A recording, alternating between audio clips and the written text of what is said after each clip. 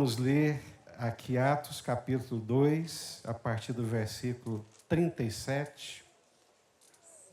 E os irmãos podem participar.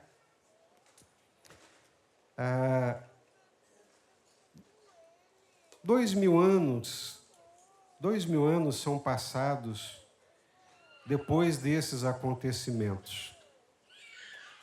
São fatos históricos, reais, não é uma narrativa inventada, não é algo que brotou da cabeça de alguém filosoficamente, romanticamente, não, mas é a descrição de fatos reais que aconteceram ali em Jerusalém, e é também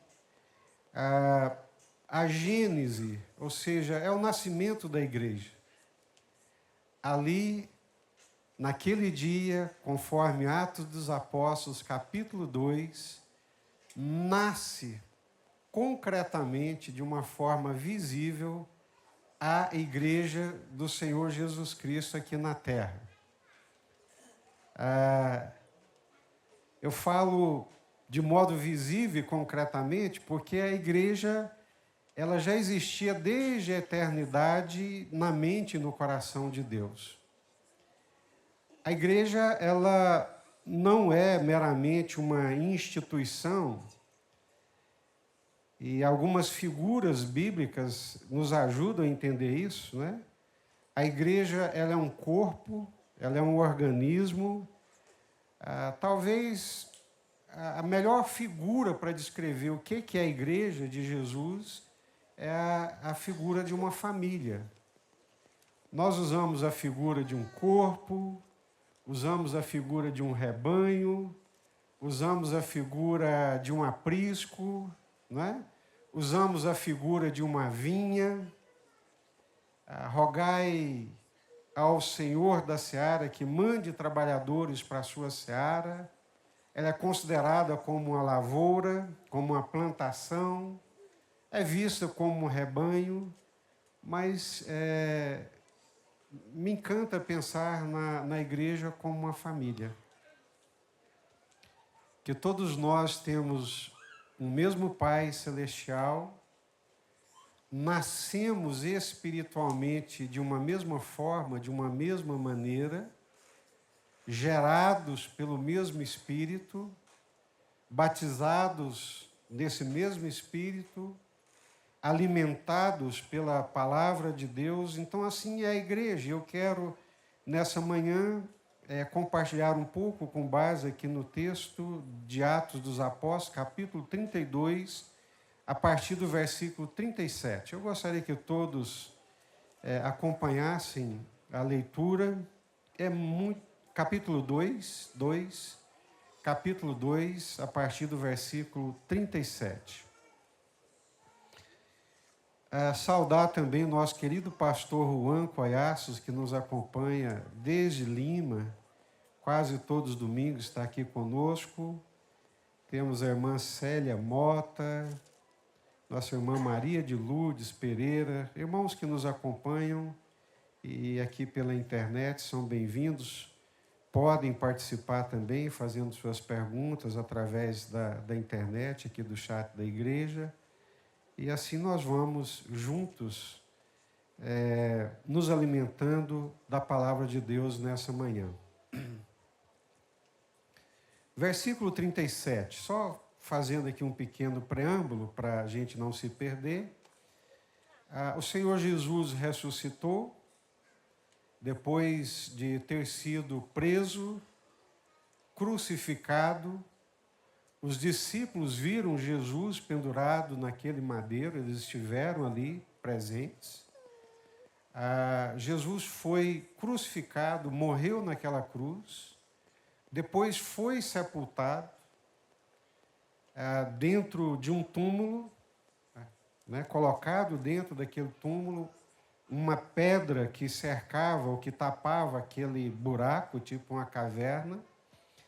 3 dias depois, o Senhor Jesus ressuscitou. Primeiro, as mulheres, elas foram para o túmulo para ungir o corpo de Jesus, num ritual muito comum à cultura judaica, e quando elas chegaram ali, tiveram uma surpresa enorme, que a pedra tinha sido removida e Jesus já não estava mais dentro daquele sepulcro. O Senhor Jesus ressuscitou. Depois de ressurreto, Jesus passou 40 dias. Olha só, depois de ressurreto, aquele corpo que foi traspassado, é bom que se diga isso e que se entenda isso, aquele mesmo corpo que foi traspassado pela lança do soldado, aquelas mãos que foram cravadas na cruz do Calvário, aquele corpo ressuscitou. Ele ressuscitou pelo poder de Deus, né? Algumas cabeças podem estar aí matutando, né? Mas como que isso é possível? Isso é contra toda a ciência, contra toda a natureza. Pode ser, mas para Deus não há nada, absolutamente nada impossível. Para Deus que criou a vida, criou o universo, que soprou na narina do homem e lhe deu vida. Então Deus ressuscitou Jesus. E Jesus ressurreto passou 40 dias comendo, bebendo e falando com eles a respeito das coisas do reino de Deus. 40 dias depois, ali reunidos, o Senhor Jesus é assunto aos céus, mas antes de partir, Jesus lhes disse: permaneçam em Jerusalém até que vocês recebam a promessa que meu Pai lhes fez, o cumprimento da promessa. E era dia de Pentecostes, e eles estavam então reunidos no cenáculo, ali em Jerusalém, aproximadamente 120 pessoas, quando repentinamente um som de uma ventania invadiu aquele espaço e línguas de fogo foram espalhadas entre eles e todos eles ficaram cheios do Espírito Santo. Nasce a igreja. A igreja é formada de pessoas visitadas, batizadas, enchidas pelo Espírito Santo de Deus. Então, assim nasce a igreja. De forma concreta, ela nasce no dia de Pentecostes, quando Jesus envia o Espírito Santo. O Espírito Santo, então, vem sobre aquela comunidade de 120 irmãos, e aquele barulho chamou a atenção da cidade inteira, e pessoas vieram correndo para lá para saber o que estavam acontecendo, e ouvindo aquele barulho, eles falando das grandezas de Deus, em grego, em aramaico, em persa, em latim e em muitas outras línguas. Aproximadamente 40 etnias estavam ali presentes, e cada uma daquelas etnias ouvia-os falando na sua própria língua das grandezas de Deus. E as pessoas endurecidas de coração ousaram dizer que eles estavam embriagados. Então Pedro, se levantando ali, cheio do Espírito Santo, apóstolo São Pedro, discípulo de Jesus, que viveu essa experiência, levantando cheio do Espírito Santo, prega um sermão falando também de Jesus, do plano de Deus desde a eternidade até aquele momento. Aí, gente, eu fico assim encantado com a graça de Deus, porque Pedro era um pescador. Pedro era um homem muito simples e letrado. Eu já falei para vocês, um dia eu estava em Ilhéus de férias, e sempre gostava de sair muito cedo para ir lá no porto onde os pescadores chegavam para comprar o peixe ali fresquinho, né, chegando do mar naquela hora de madrugada. Era umas 6 horas da manhã e eu vejo um daqueles pescadores, ele desce do barco, já maré baixa, só de calção, magro, moreno, né? Pardo, né? Como a maioria dos brasileiros, de short, e vem arrastando aquele barco.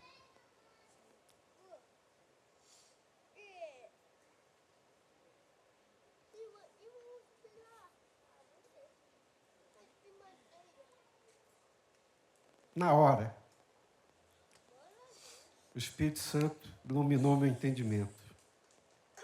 Olha aí, Pedro era assim. Passava a noite no mar pescando.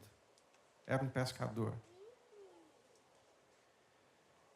Um homem muito simples, arrastando aquele barco, pisando na areia, e meio uma confluência do rio com o mar, um pouco de lama, arrastando aquele barco. Como que um homem tão simples, pescador e letrado, consegue falar do plano de Deus, revelado desde a eternidade, com tanta sabedoria, com tanta graça? Só tem uma explicação. Pelo Espírito Santo. O Espírito Santo de Deus iluminou a mente, o Espírito Santo tomou o seu coração, a sua mente, né? Usou a vida dele, o fôlego, a inteligência dele, e ele pregou um sermão ali de uma forma tão extraordinária, cheio do Espírito Santo. Versículo 37. Ouvindo eles estas coisas que Pedro falava, compungiu-se-lhes o coração e perguntaram a Pedro e aos demais apóstolos: que faremos, irmãos? Respondeu-lhes Pedro: arrependei-vos e cada um de vós seja batizado em nome de Jesus Cristo para a remissão dos vossos pecados e recebereis o dom do Espírito Santo. Pois para vós outros é a promessa, para vossos filhos e para todos que ainda estão longe, isto é, para quantos o Senhor nosso Deus chamar. Com muitas outras palavras deu testemunho e exortava-os, dizendo: salvai-vos desta geração perversa. Então os que lhe aceitaram a palavra foram batizados, havendo um acréscimo naquele dia de quase 3.000 pessoas. Né? Pedro conclui ali o seu sermão falando do plano de Deus, do projeto de Deus, quem era Jesus, por que Jesus veio, por que Jesus morreu, por que Jesus ressuscitou. E eles entendem pelo Espírito Santo que ilumina o entendimento, e o coração arde, o coração fica compungido, e eles então perguntam: o que nós vamos fazer? E a resposta é: arrependei-vos. Porque essa foi a pregação de João Batista, essa foi a pregação de Jesus. Ninguém entra no reino de Deus se não for pelo arrependimento. Eles se arrependem, creem na palavra e são batizados naquele dia quase 3.000 pessoas. Então, a igreja ela cresce e cresce muito rapidamente. Deus acrescenta 3.000 pessoas num só dia, né? De 120 eles passam para 3.120 pessoas. E aí a pergunta é: como é que vivia essa igreja? Esse é o ponto importante e que nos interessa nessa manhã. Como é que eles viviam? Primeiro, perseveravam na doutrina dos apóstolos e na comunhão, no partir do pão e nas orações. Em cada alma havia temor e muitos prodígios e sinais eram feitos por intermédio dos apóstolos. Todos os que creram estavam juntos e tinham tudo em comum. Vendiam as suas propriedades e bens, distribuindo o produto entre todos à medida que alguém tinha necessidade. Diariamente perseveravam unânimes no templo, partiam pão de casa em casa, tomavam as suas refeições com alegria e singeleza de coração, louvando a Deus e contando com a simpatia de todo o povo. Enquanto isso, acrescentava-lhes o Senhor dia a dia os que iam sendo salvos. Amém? Graças a Deus pela Bíblia Sagrada, graças a Deus por esse texto. A Bíblia, ela é o nosso padrão, né? É a nossa referência. A Bíblia, ela serve de referencial e de prumo, né? Muita gente aqui não sabe o que é prumo, não sabe o que é o nível, né? Mas os mais antigos aqui vão lembrar, os engenheiros, né, com toda certeza, os pedreiros também, os serventes sabem disso. Quando você vai levantar uma parede, se você levantar essa parede no olho, você corre o risco de levantá-la torta. Porque o olho pode nos enganar. Por isso, nós precisamos de alguns instrumentos para que a parede não fique torta, né? Vocês já viram? Quando o pedreiro está levantando uma parede, eu não sei hoje, né? Hoje tem até aquelas trenas a laser, tem prumo a laser, né? Mas eu vou usar os métodos antigos, né? Todo pedreiro, quando vai levantar a parede, ele coloca primeiro uma linha, né? Ou seja, ele nivela, ele tem um nível, e aquela linha serve de referência. E à medida que ele vai levantando a parede, tem um aparelhozinho muito antigo, acho que é lá do tempo dos egípcios ainda, né? Que chama prumo, que tem um peso lá na ponta e uma linha. Ele bota aquilo lá na parede e vê se a parede está ficando torta ou não. A Bíblia é esse prumo. A igreja são as paredes sendo edificadas. O apóstolo Paulo, escrevendo aos Coríntios, no capítulo 3, ele falou assim, olha, eu, como prudente arquiteto, lancei o fundamento, o único fundamento, que é Jesus. E os edificadores edificam sobre esse fundamento. Agora, cada um veja como edifica. Então, Paulo está usando aqui para a igreja a figura de um edifício. Ele, como apóstolo, o que chega na frente, que lança o fundamento, e depois a liderança vai edificar essa igreja, vai levantar as paredes, vai respaldar, vai cobrir e vai fazer o edifício, Paulo diz assim, cada um veja a maneira como está edificando esse edifício. Alguns edificam com pedras preciosas, outros com ouro, prata, mas tem gente que edifica com madeira, com palha, com materiais perecíveis e que se queimam facilmente.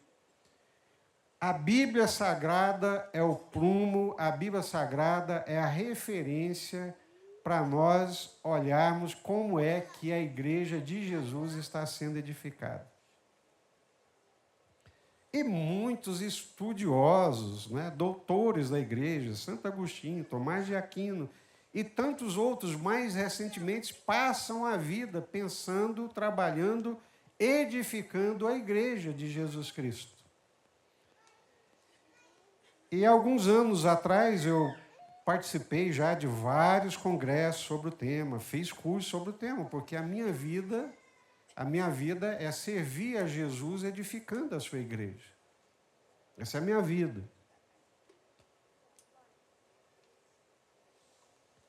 E um dos cursos que eu participei, não é?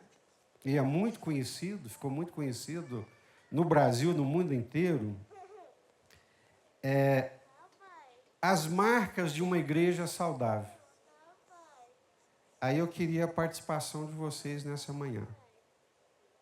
O que é uma igreja saudável? Existem igrejas doentes? Sim. Existem igrejas que são verdadeiras, mais adoecidas? Sim. A nossa luta é para que a igreja cresça, mas cresça como uma igreja saudável. O trabalho nosso, né, dessa família espiritual, desse povo que se reúne aqui, é de edificar uma igreja que seja uma igreja saudável para a glória de Deus. Nós consagramos ao Senhor nessa manhã, aqui a Aurora, e a minha oração foi para que ela cresça saudável, para que ela cresça e ela cresça saudável, fisicamente, emocionalmente, espiritualmente, né? E a igreja também, ela precisa crescer e crescer de uma maneira saudável.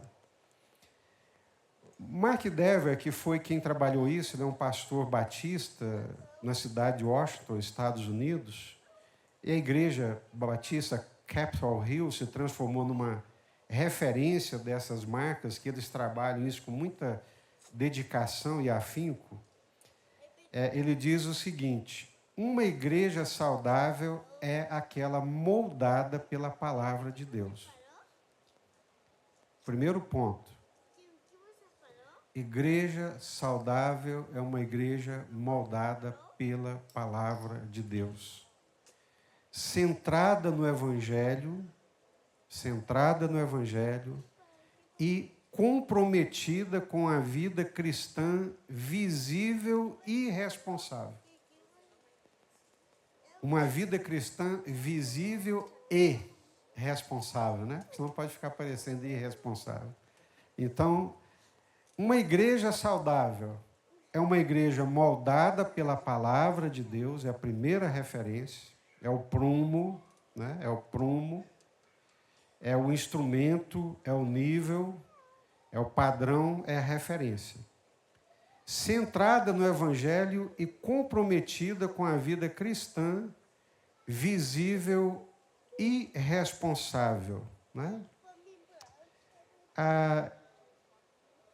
Ele vai dizer também, eu achei muito interessante, é que uma igreja, o sucesso de uma igreja não é medido pela quantidade de membros e também pela sua relação com a cultura. Eu falo isso, gente, porque eu sou pastor há 30 anos, 45 anos no Evangelho, e quando eu olho, vou falar da nossa seara, né? Vou falar do nosso teto. Quando eu olho para a igreja evangélica brasileira hoje, é muito triste, muito complicado ver a forma como essa igreja ela foi cooptada pela cultura. Como ela hoje não é mais contra a cultura, como ela hoje reflete e absorveu e foi absorvida pela cultura brasileira. Mas vamos lá, são 9 marcas, e eu vou falar rapidamente sobre cada uma delas, e vocês podem perguntar, podem me interromper, né? Estou vendo aqui alguns irmãos participando pela internet, citei aqui o pastor Juan, e está aqui também pastor Olival é de Jequié, está nesse momento em Nova York, né, certamente com a filha que mora ali participando conosco. Pedro Delfino também participando. Muitos irmãos participam. Vocês podem participar pelo chat da igreja. Aqui pode usar o celular, viu? Mas é só para participar, não é para navegar nas mídias sociais nesse momento, não. Primeira marca, segundo esses estudos, Mark Dever. Eu acho Arnaldo Cida, né, do discipulado, Silvio dos pequenos grupos, pastor Alê também dos pequenos grupos, que nós poderíamos até separar, talvez, um momento, aí, um semestre, para trabalhar essas marcas de uma igreja saudável, né, eu acho que seria muito interessante, né? A primeira marca é a pregação expositiva. O que a pregação expositiva é? A Bíblia governa a igreja. O pregador explica o sentido do texto no seu contexto e aplica fielmente à congregação, em vez de usar a Escritura apenas como pretexto para ideias pessoais. Uma igreja saudável, uma igreja forte, é uma igreja forte na Bíblia. Então, numa igreja, para ser saudável, a pregação, a exposição, ela tem que ser a exposição da Bíblia. Nós cremos na suficiência da Bíblia. Nós cremos que a Bíblia é a palavra de Deus. E nós cremos que ela tem poder para falar conosco e falar ao nosso coração. Então, a Bíblia fechada é um livro como qualquer outro, mas quando eu abro a Bíblia, começo a ler, entender a Bíblia, compreender, ela muda a nossa vida. Um púlpito, ele deve ser usado para explicar a Bíblia e o sentido do texto bíblico. Um púlpito não pode ser servo da psicologia. Um púlpito não pode ser servo da filosofia, nem da sociologia. A mensagem pregada a partir daqui tem que ser a palavra de Deus. Da forma mais lúcida, da forma mais clara, da forma mais compreensível, para que todos possam entender e compreender a palavra de Deus, ela fazer sentido e transformar suas vidas.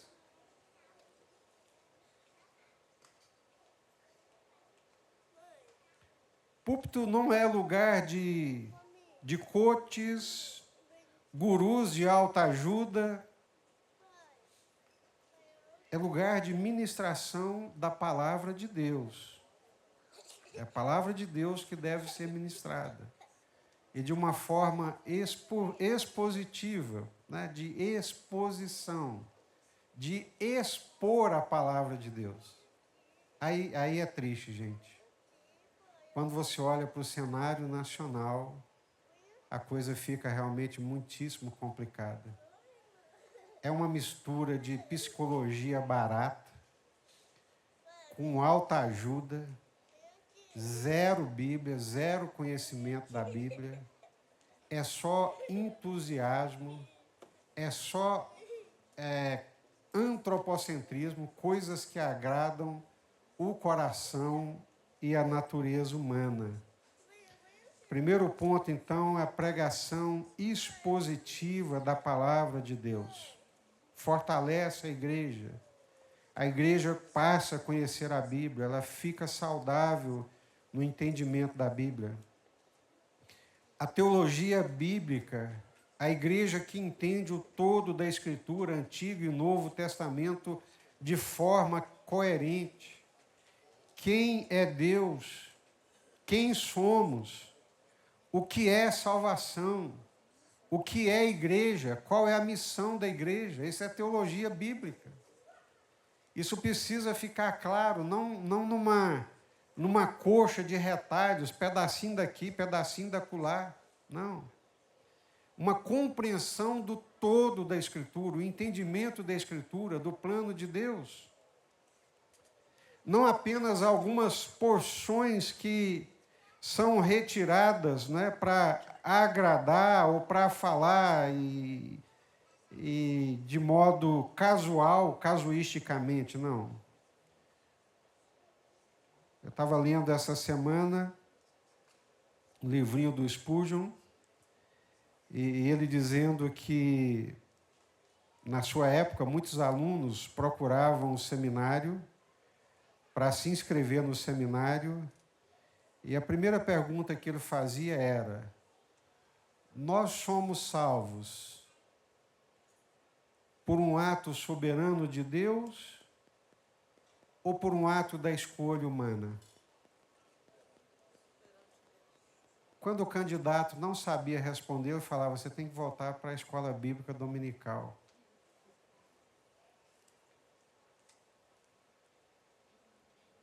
Porque muitos de nós não entendemos ainda.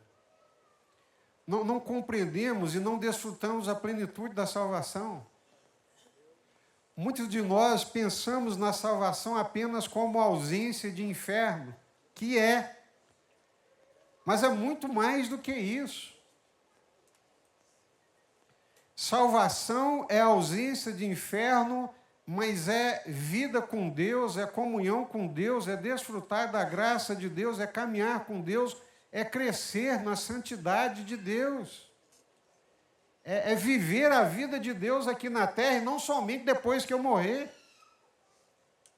Não, a salvação ela começa aqui, num relacionamento vivo com Deus. Terceiro ponto, compreensão correta do Evangelho.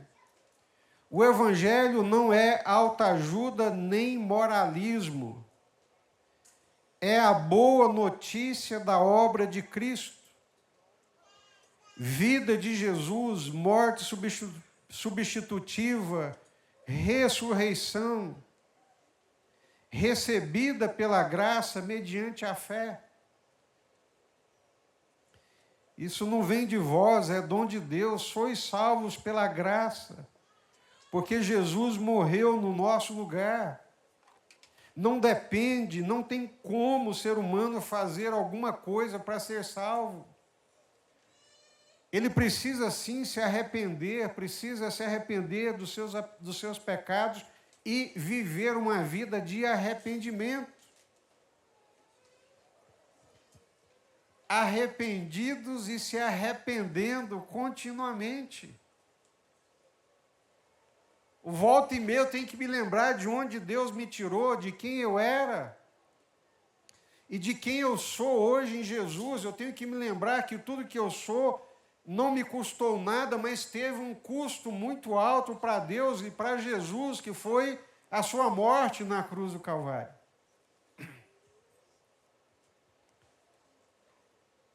Compreensão correta do Evangelho.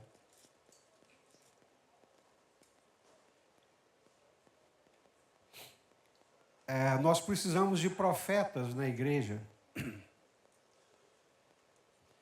Não necessariamente dos dons de profecia, mas do profeta. Aquele que tem os olhos de águia, aquele que fareja a heresia, aquele que tem a peneira fina, que quando ouve alguma coisa dissonante do Evangelho, o ouvido grita, tchim! Está errado, tem coisa errada nisso aí. Isso não é Evangelho. Nunca foi. Isso é uma elaboração humana, isso é autoajuda. Esse moralismo radicalizado, essa cobrança exacerbada, essa culpa que nunca passa, que nunca cura, isso não é Evangelho. Essa culpa que nunca sai da alma, que nunca sai da mente, que nunca sai da consciência, isso nunca foi Evangelho. Porque Evangelho é libertação. Evangelho é vida nova. Esse pecado que prende, que nunca nos larga, que você também nunca larga dele, isso é falta de conhecimento do Evangelho, da graça de Deus. Compreensão correta do Evangelho. Quarto ponto, compreensão bíblica da conversão. Conversão é novo nascimento, arrependimento e fé, produzindo frutos visíveis. A maioria das igrejas evangélicas crescem hoje por adesão, não crescem por conversão, porque conversão exige novo nascimento, transformação de vida, vida nova, vida de Deus, vida com Deus, vida santa, vida de santidade. Eu fico abismado, gente, de ver o jogador de futebol, ele usa ali alguns adereços sinalizando que ele é crente, que ele crê em Jesus. No outro dia você vê numa balada de funk, no outro dia você vê numa festança, cercado de bebida, de não sei mais o quê. Gente do céu! Isso nunca foi conversão. Nunca houve transformação. Conversão é novo nascimento, é arrependimento. Quem se arrepende, abandona. Arrependimento implica em reconhecimento do pecado, dor pelo pecado, a tristeza pelo pecado, abandono do pecado e uma volta para Deus, para viver com Deus. Não significa que não possa tropeçar, mas tropeçando, o ciclo se repete, se arrepende e volta para Deus.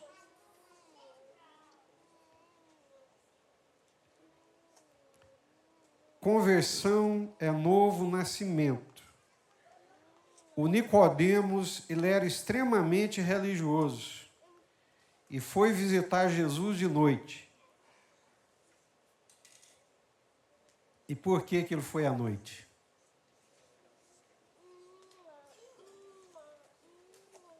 Medo de ser visto, vergonha. E Jesus fala o que para o Nicodemos? O que Jesus fala para o Nicodemos?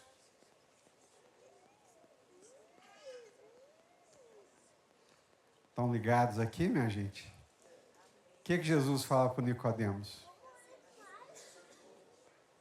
Em verdade te digo, se alguém não nascer de novo, não pode ver o reino de Deus. Nascer de novo é transformar na natureza. A natureza tem que ser transformada. Algo de divino e de sobrenatural tem que acontecer. A nossa natureza, ela é afeiçoada ao pecado. A nossa natureza, ela é caída. Ela foi dominada pelo pecado. E quando nós nascemos de novo, acontece um milagre nessa natureza que nós sentimos repulsa pelo pecado.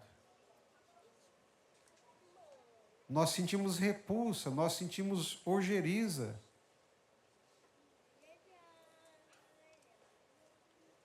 Quando estamos assistindo a TV e vemos algumas cenas pecaminosas, dá nó nas tripas, o estômago vem na garganta. Isso não é de nós, isso é divino. Isso é do Senhor. Se não acontece isso conosco, se a gente não tem repulsa pelo pecado, é porque a natureza não foi mudada. Se vivemos no pecado, praticando o pecado, é porque não houve novo nascimento.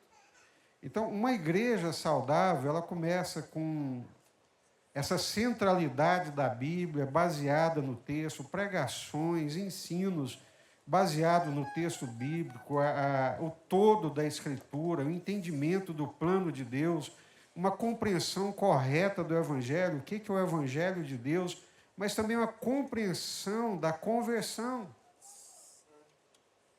Novo nascimento.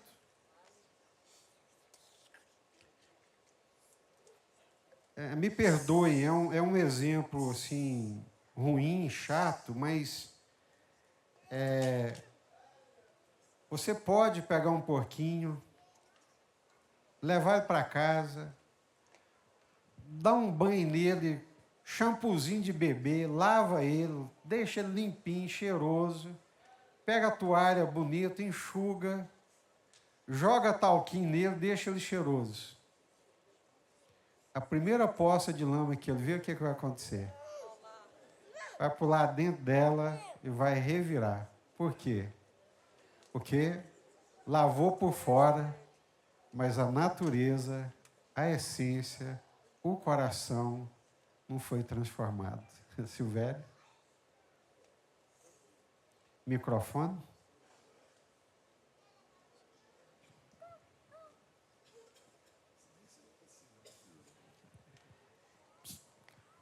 Pastor, uma vez eu estava assistindo uma entrevista em 2023, inclusive quem estava sendo entrevistado nessa época era o pastor Jesus Aparecido. Foi né? bom? Não sei se o senhor lembra desse episódio sobre o que aconteceu na Universidade de Asbury, em Kentucky, nos Estados Unidos, E o pessoal estava questionando se aquilo ali foi um avivamento ou não, né? As pessoas se reuniram ali e aconteceu algo diferente. E me chamou a atenção a resposta do senhor. O senhor falou o seguinte: olha, daqui a uns dias talvez nós vamos ver se realmente foi um avivamento. Porque o avivamento realmente ele traz frutos de arrependimento. Se as pessoas que estavam ali mudarem suas condutas de vida, aquele que roubava não rouba mais, aquele que adulterava não adultera mais, aí nós vamos falar que realmente foi um avivamento. Se não, foi um momento gostoso, um momento bacana ali, mas isso me fez lembrar, achei muito interessante a resposta do senhor. Legal, senhor. O avivamento ele muda a sociedade. Quando o Espírito Santo vem e visita uma sociedade, um país, Jesus, meu Deus, que sonho, que delícia, né? É uma obra divina, uma obra sobrenatural. Há transformação, né? Compreensão bíblica da conversão, compreensão bíblica da membresia, compreensão bíblica de ser membro. Numa igreja saudável, as pessoas sabem que elas são e qual é a sua função e qual é a sua participação na vida da igreja.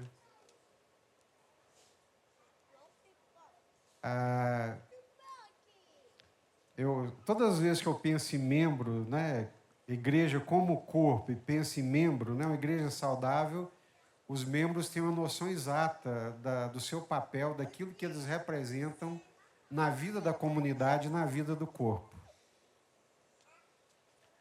Todas as vezes que eu penso na igreja como um corpo, eu me lembro do pastor Moza, saudoso pastor Moza, que já está na glória, né? Pastor Moza disse que ele tinha um sonho infantil da juventude de servir no exército. E ele disse que não pôde servir. Sabe por que não pôde servir? Porque o pé dele, esse dedo aqui, o anelar, só que do pé, ele era defeituoso, ele era menor. Era talvez 1/3 do dedo normal. Era bem menor. E ele disse que começava a caminhar, ele andava 100 metros bem. 200 metros o pé começava a doer. 300 a perna doía. 400 metros ele já estava ficando doido de tanta dor que ele sentia no pé inteiro, na perna, no corpo inteiro, por causa de um dedo.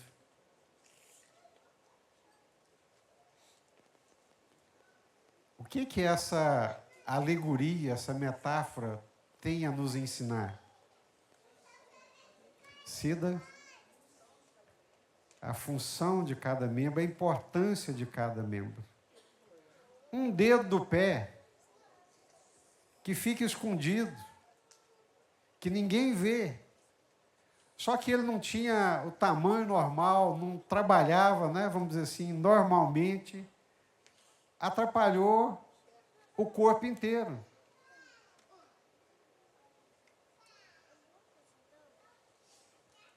Está entendendo o que a sua vida representa para a vida da igreja? E que a igreja às vezes não é saudável porque as pessoas não têm discernimento de corpo?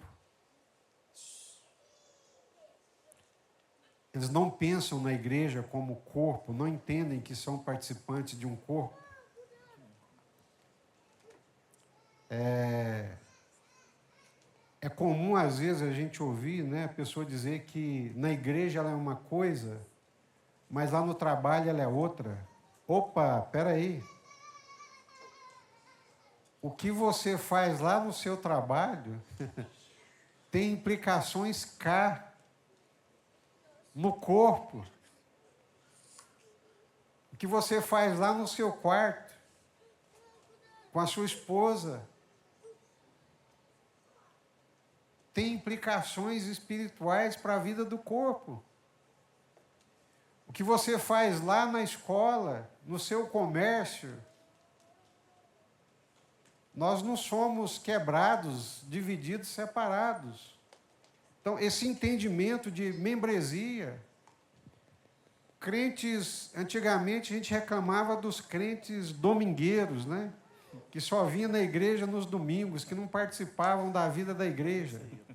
Hoje nós temos que reclamar dos crentes mensalistas, né? Ou o hospedeiro, né, pastor? Oi? O crente hospedeiro. O que é crente o hospedeiro? hospedeiro. É aquele que está no corpo, mas ele só suga o corpo, né? Ele não participa, ele não é engajado. Não né? participa. Então, gente, uma igreja saudável tem que ter uma compreensão bíblica da membresia. Você é parte de algo maior do que você. E eu falo isso aqui, não é para você pular fora, não, é para você se comprometer. É o que o Espírito Santo quer de você, é o que a palavra de Deus quer de nós, é o que Deus espera de nós. Membresia é compromisso responsável entre crentes regenerados, pertencimento, cuidado mútuo, submissão amorosa e prestação de contas. Eu presto contas. Eu não faço o que me dá na telha, Deus me livre. Eu tenho uma família para honrar. Eu tenho filhos para ser exemplo para eles. Eu tenho uma neta agora que Deus me deu. Eu quero que ela tenha referência do que é servir a Deus. Eu tenho uma igreja a qual eu pertenço, que me respeite, que eu respeito, que eu quero honrar, que eu não quero envergonhar. Eu tenho uma família, eu tenho irmãos. Parece que nos falta, um individualismo tão exacerbado que nos falta a compreensão do corpo. A igreja fica doente. Já leram 1 Coríntios? Nós lemos quase todos os domingos de ceia, nós lemos 1 Coríntios capítulo 11. Aquele que come e participa da mesa do Senhor sem discernir o corpo, igreja, ser membro do corpo. Quem não discerne a importância que é participar da igreja, com responsabilidade, com compromisso, com pertencimento, come e bebe juízo para si mesmo. Eis a razão porque há muitos doentes entre vós. Pastor, Sim. essa questão do pertencimento acaba que envolve a comunhão, né? Essa comunhão, perfeito. Isso é tão espiritual, é tão tremendo quando a gente tem esse discernimento espiritual do que é essa comunhão, porque eu vou servir o meu irmão, a minha irmã, que é totalmente diferente de mim. A gente tem a tendência de querer que todos sejam iguais a gente. Isso é uma soberba muito grande. Soberba, Cida, porque verdade. quando eu quero que alguém seja igual a mim, é porque eu estou achando que eu sou perfeito. Perfeito, correto. Né? Uhum. Então, no momento que você entende, cada um tem uma história de vida. Uhum. Né? Quando você tem esse entendimento, você suporta mais, você ama mais, você serve mais. Amém. E isso é maravilhoso. Glorioso. Né? Isso é maravilhoso. Glória a Deus. Amém, Cida. Comunhão, entendimento de pertencimento. Eu não sou um frequentador, eu não sou um visitante, eu sou parte. Eu dou minha contribuição. Né? Amém? Mais alguém? Sim? Jimmy, depois o Rodrigo.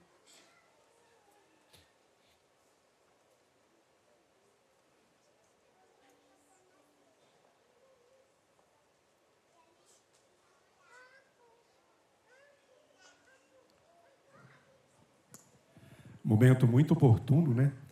A gente tem conversado bastante sobre essa questão de membresia e é impressionante a falta do compromisso do crente hoje com a igreja nessa questão da prestação de contas.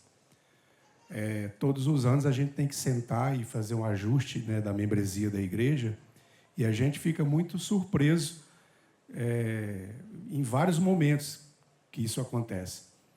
Na publicação dos aniversariantes, por exemplo, a gente publica lá o aniversário e a pessoa liga e fala: olha, Jimmy, esse irmão não está na igreja já há 4 anos. Ele já está lá não sei onde e tal.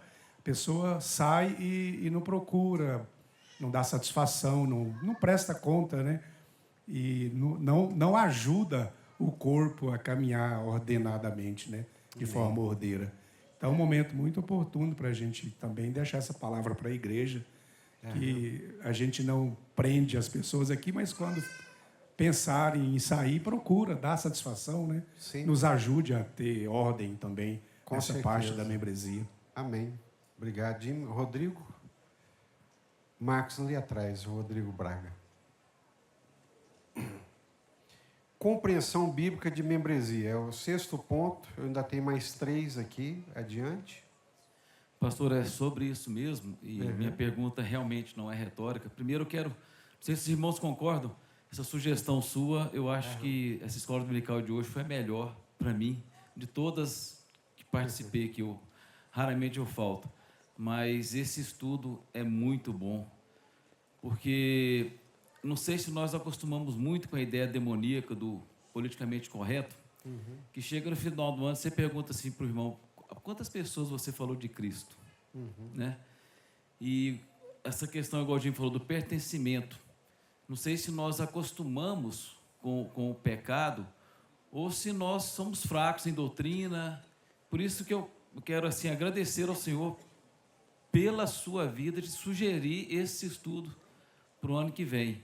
Amém. Não sei se é a apostasia, que é bíblico, né? Sim. Se já está acontecendo a apostasia, porque a apostasia é entre nós. Né? Então, realmente, eu não sei o que está acontecendo com alguns comportamentos de cristãos que você olha e fala, mas não tem nada Não, de cristão. É impressionante. Então, realmente, eu não sei o que está acontecendo com a igreja, né, pastor? Sim. E quero, assim, sugerir que coloque na pauta isso mesmo, Amém. para estudarmos no ano que vem. Obrigado. Vamos reunir a liderança, sim, Rodrigo. Obrigado. Próximo passo aqui, gente, é disciplina na igreja. Disciplina é ato de amor que visa restauração, proteção do testemunho e santidade do corpo, exercida com paciência e clareza. A rota ela precisa ser constantemente corrigida, né? E nós precisamos ajudar uns aos outros. Se nós vemos algum irmão, né, que a gente sabe que é irmão, e ele tá fora da rota, bondosamente, né, Romanos capítulo 15 diz que só podem admoestar aqueles que são cheios de bondade. Então não é por mim, mas é por ele, por amor a ele, bondosamente, em amor, para restauração, para edificação. Tem que chegar naquele irmão e falar assim: querido, você não acha que você cruzou os limites? Você não acha que essa maneira que você está vivendo, ela está fora do propósito de Deus, da graça de Deus? Isso é uma bênção. Às vezes que eu mais fui abençoado, né? Desculpa. Quando irmãos chegaram até mim, às vezes na hora você fica assim até chateado, né? Mas depois vai para casa, reflete, né? Eu gosto muito do livro do pastor Ronaldo Lidori, que a gente estuda aqui no microgrupo discipulado, Integridade, Liderança e Integridade. Nenhuma crítica deve ser desprezada. Nenhuma abordagem deve ser desprezada. Eu não sou tão bom ao ponto de achar que eu não preciso ser corrigido. Então, a disciplina, ela é importante na vida da igreja para a igreja ser saudável. Uma árvore precisa ser podada. As pragas precisam ser arrancadas, né? Disciplina é ato de amor que visa restauração, proteção do testemunho e santidade do corpo, exercida com paciência e clareza. Verdade é verdade e não pode ser torcida e nem distorcida. O que é certo, o que é errado. O que é certo, o que é errado. E se eu perceber que o meu irmão está no erro, eu, em Cristo, né? O que vocês acham? Eu devo falar dele ou para ele? Hã? Agora, nós fazemos isso ou fazemos o contrário? Fazemos o contrário. Ao invés de falar para ele, nós falamos dele. Percebemos que o outro está no erro, ao invés de falar para ele, Jornal Nacional, né? Falamos dele. Isso não é bíblico, está errado. Mas sem grosseria, né? Sem grosseria, sem achar que é o dono da verdade. Outro ponto, discipulado e crescimento. A igreja investe em formar cristãos maduros, ajudando-os a crescer na fé, no caráter e no serviço. Isso é discipulado. A igreja investe em formar cristãos maduros, ajudando-os a crescer na fé, no caráter e no serviço. Amém? Da descrença para a crença? Da crença para maturidade? Da maturidade para a missão. Então, a igreja precisa investir nisso. Formar cristãos maduros. Por fim, liderança bíblica. Irmãos, a igreja é o reflexo da liderança. Se a igreja tiver uma liderança saudável, isso vai ajudar a igreja a ser saudável. Liderança, quando eu falo, não sou eu somente, o pastor, não, mas os pastores, os líderes de pequenos grupos, os líderes de discipulado. A igreja é o reflexo. Se esses líderes forem maduros, né, qualificados biblicamente, a igreja vai ser saudável.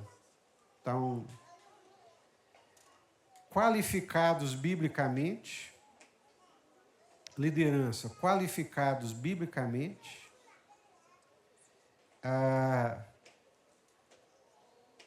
eu sempre procurei entender dessa forma, sabe, irmãos?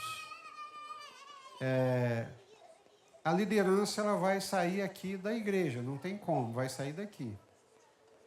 Se a igreja for saudável, madura, ela vai produzir líderes saudáveis e maduros e a recíproca é verdadeira.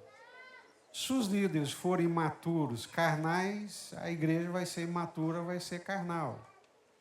Então, a liderança tem uma responsabilidade muito grande no processo de maturidade e de amadurecimento da igreja. Existem uma enorme quantidade de passagens bíblicas que falam sobre a liderança. A primeira vez que eles foram escolher liderança lá na igreja de Atos, quais foram os critérios? Escolhei dentre vós homens,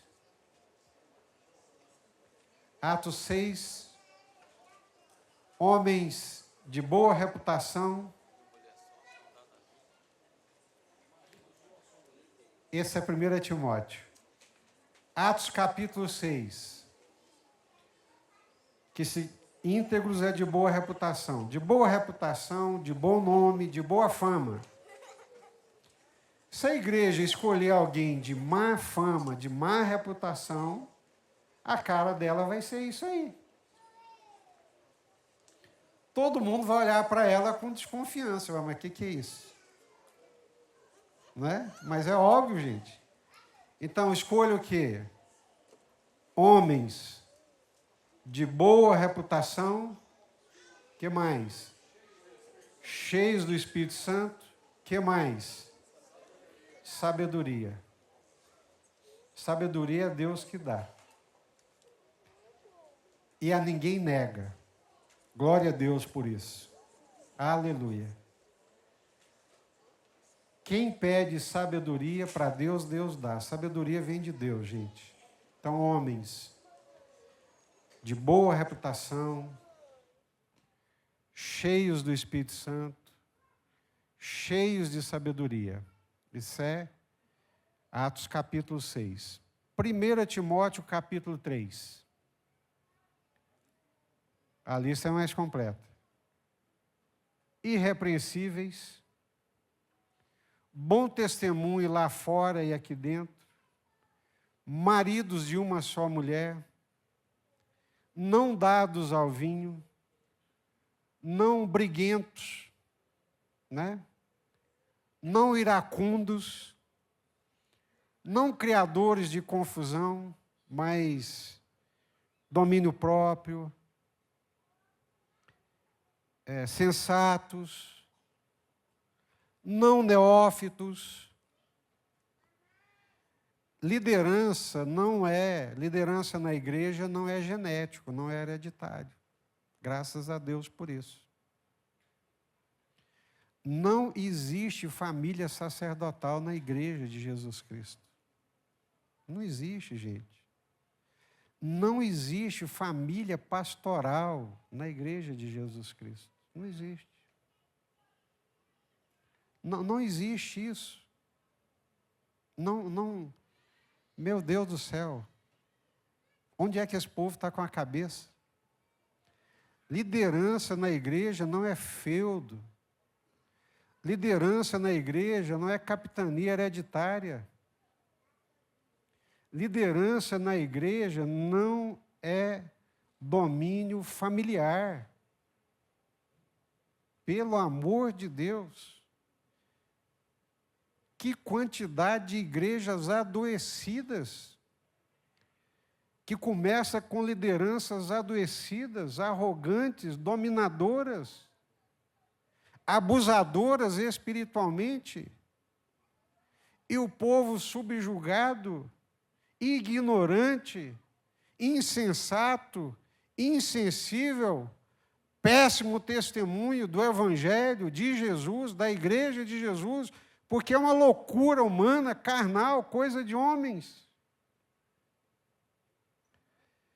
Eu acho que o ponto que a gente tinha que mais trabalhar é aqui, liderança. Começar da liderança da igreja, pelos pastores, pelos presbíteros, pelos líderes de pequenos grupos, pelos facilitadores. Você que vai facilitar, que vai discipular alguém. A gente entende que discipulado é imitação. Sede meus imitadores, assim como eu sou de Cristo. É sério, queridos. Mas paramos por aqui, são algumas marcas, né, de uma igreja saudável. Eu espero que o Senhor nos ajude. Eu louvo a Deus pela nossa igreja. Temos os nossos desafios, como todo ajuntamento humano. Brigamos com o nosso próprio coração, com a nossa própria natureza, para honrar Jesus. Amém? Para honrar Jesus e para glorificar o nome de Jesus. Digno é o Cordeiro de Deus. Amém? Nós somos parte da igreja de Jesus. Não é uma mera instituição, é povo de Deus, gente. É povo de Deus, é povo santo. É o corpo de Jesus. Amém? Vamos orar? Curva sua cabeça. Senhor, obrigado por essa manhã aqui na tua presença. A igreja do Senhor é o rebanho do Senhor. é o edifício vivo, santuário vivo, é o corpo do Senhor Jesus, e todos nós somos membros desse corpo. Pastor é membro do corpo. Se não for membro do corpo, o que ele é? Cabeça só tem um, que é Jesus. Todos somos membros do corpo. Nos alimentamos de um mesmo espírito. Necessitamos uns dos outros para podermos crescer espiritualmente. Olha para nós nessa manhã, Senhor Jesus, a partir da minha vida, dos pastores, dos líderes, coordenadores, líderes de pequenos grupos, membros do conselho, da diretoria, olha para as nossas vidas, Senhor, apruma as nossas vidas e nos dá temor, entendimento do que é o corpo, do que é ser uma família espiritual. Somos limitados, Senhor, somos muito limitados, somos pecadores e precisamos desesperadamente da Tua graça. Mas não nos deixe entregues às nossas vaidades, às nossas carnalidades. Tenha misericórdia de nós, que o poder do Senhor, do Teu Espírito Santo, prevaleça sobre as nossas vidas. Tira, Senhor, do nosso meio o pecado, a soberba, a arrogância, e que a humildade de Jesus, o amor de Jesus, reine sobre nós. É a nossa oração, a nossa súplica, em nome do Senhor Jesus.